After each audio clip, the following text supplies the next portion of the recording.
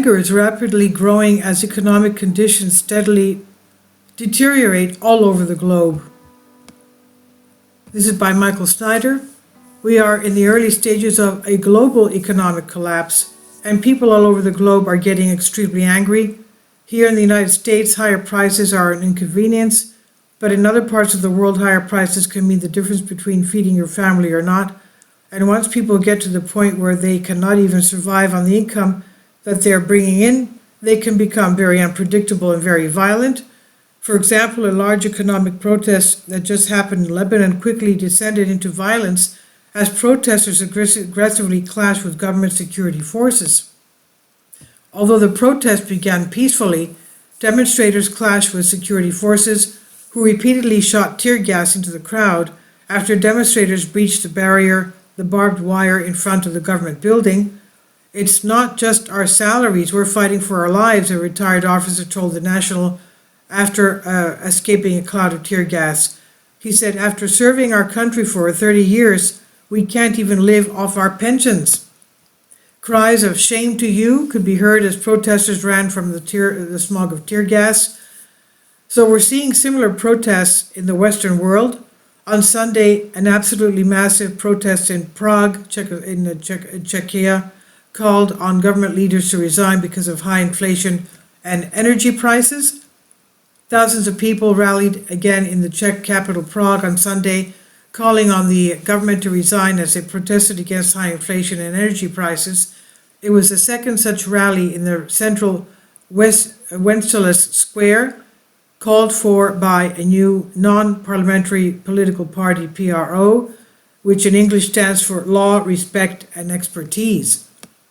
"We want to express our disapproval of this government, of the political situation, of what's going on in the Czech Republic, and in fact in the whole of Europe," said one protester, Renata Urbanova.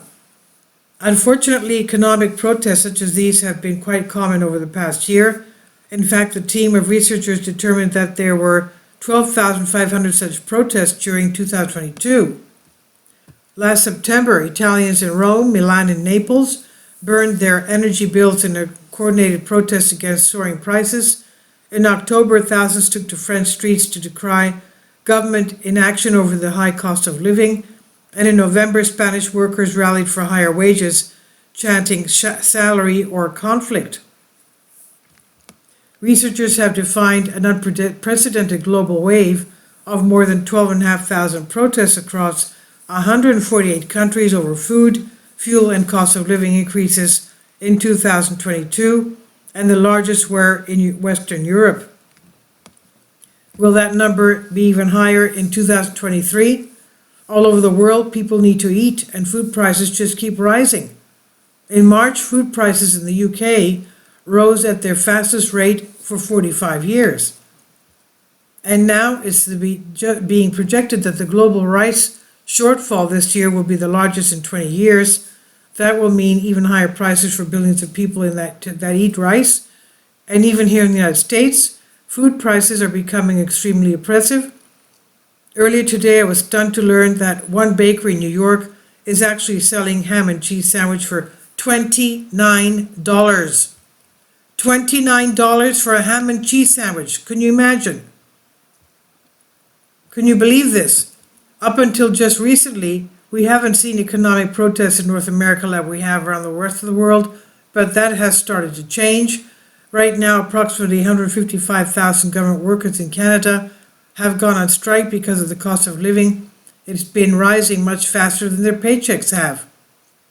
The mushroom cloud of central bank monetary destruction keeps growing and is increasingly fueling discontent among workers whose standard of living are eroding along with the purchasing power of their wages.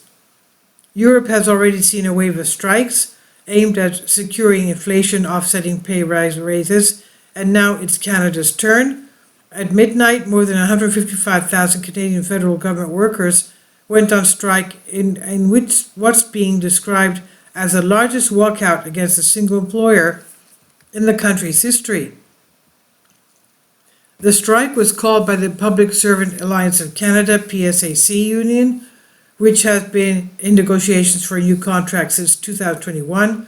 This strike primarily encompasses two groups of federal employees, 120,000 at the Treasury Board and 35,000 at the Canadian Revenue Agency, CRA.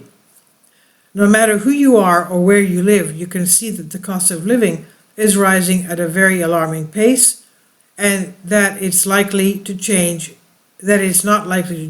anytime soon.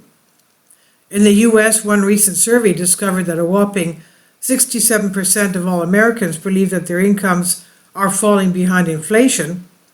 Continuing inflation has hurt Americans, with roughly 2/3 of them reporting their wages cannot keep up, according to the most recent CNBC All-America Economic Survey. Only 5% of Americans say their household income is outpacing inflation, with 67% stating it's falling behind and 26% saying it is keeping up, according to CNBC. The vast majority of the public is adjusting their spending habits and lifestyles due to inflation, with 81% saying they're taking measures like reducing entertainment spending and travel or dipping into savings to cover expenses. The Federal Reserve has been rapidly increasing interest rates in a desperate attempt to contain inflation, but those higher rates have pushed us into very serious economic downturn. Large companies are laying off workers all over America, and that list includes Disney and Facebook. This year, 596 tech firms have laid off 171,308 workers, and the list is anticipated to expand, with Meta Platforms, Inc. initiating job cuts today, and Walt Disney Company preparing to reduce its workforce by thousands in the coming week. According to the internal memo seen by Bloomberg, the Facebook parent company told managers that they should prepare for job cuts on Wednesday. The memo states jobs across Facebook, WhatsApp, Instagram, and Reality Labs will be affected. The move to reduce headcount by at least 10,000 positions at the company was outlined by founder Mark Zuckerberg's goal of greater efficiency earlier this year. Another round of job cuts is expected next month. I know that I have covered an enormous amount of material very quickly in this article, but people need to understand the seriousness of what we're now facing. It's not just the US economy that's in trouble. The entire global system is beginning to shake and tremble, and eventually it will completely implode. According to Google, there are currently 7,888 billion people living on the planet. Approximately half of those people live on $6.85 or less a day. Poverty and hunger are rapidly growing all over the world, and we're going to witness so much pain and suffering in the months ahead and years ahead. But most people don't understand any of this because the mainstream media just continues to insist that everything will be working out just fine somehow. This is by Michael Snyder. About the author, he says, "My name is Michael. My brand new book entitled End Times is now available on Amazon. In addition to my new book, I've written 6 other books that are available on Amazon, including 7-Year Apocalypse, Lost Prophecies of the Future of America, The Beginning of the End, and Living a Life That Really Matters.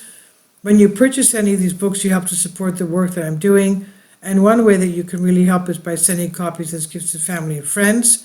Time is short, and I need help getting these warnings into the hands of as many people as possible. I have also started a brand new Substack newsletter, and I encourage you to subscribe so that you won't miss any of the latest updates. I've published thousands of articles on the Economic Collapse blog, End of the American Dream, and the Most Important News, and the articles that I publish on those sites are published on dozens of other prominent websites all over the globe. I always freely and happily allow others to republish my articles on their own websites, but I also ask that they include this about the author section with each article. The material contained in this article is for general information purposes only, and readers should consult licensed professionals before making legal, business, financial, or health decisions. I encourage you to follow me on social media, Facebook and Twitter, and any way that you can share these articles with us is definitely a great help. These are such troubled times and people need hope. John 3:16 tells us about the hope that God has given us through Jesus Christ. For God so loved the world that he gave his only begotten Son, that whosoever believeth in him should not perish but have everlasting life. If you have not already done so, I strongly urge you to invite Jesus Christ to be your Lord and Savior today. And this is on End of the American Dream by Michael Snyder. Please leave your comments, and thank you for your support. Kindly support my Patreon account. The daily posts are 5 videos daily, and they are totally different from what I have on my YouTube channel. Thank you so much for your support and that you find all my content so interesting. You'll find the Patreon account details in the description box below.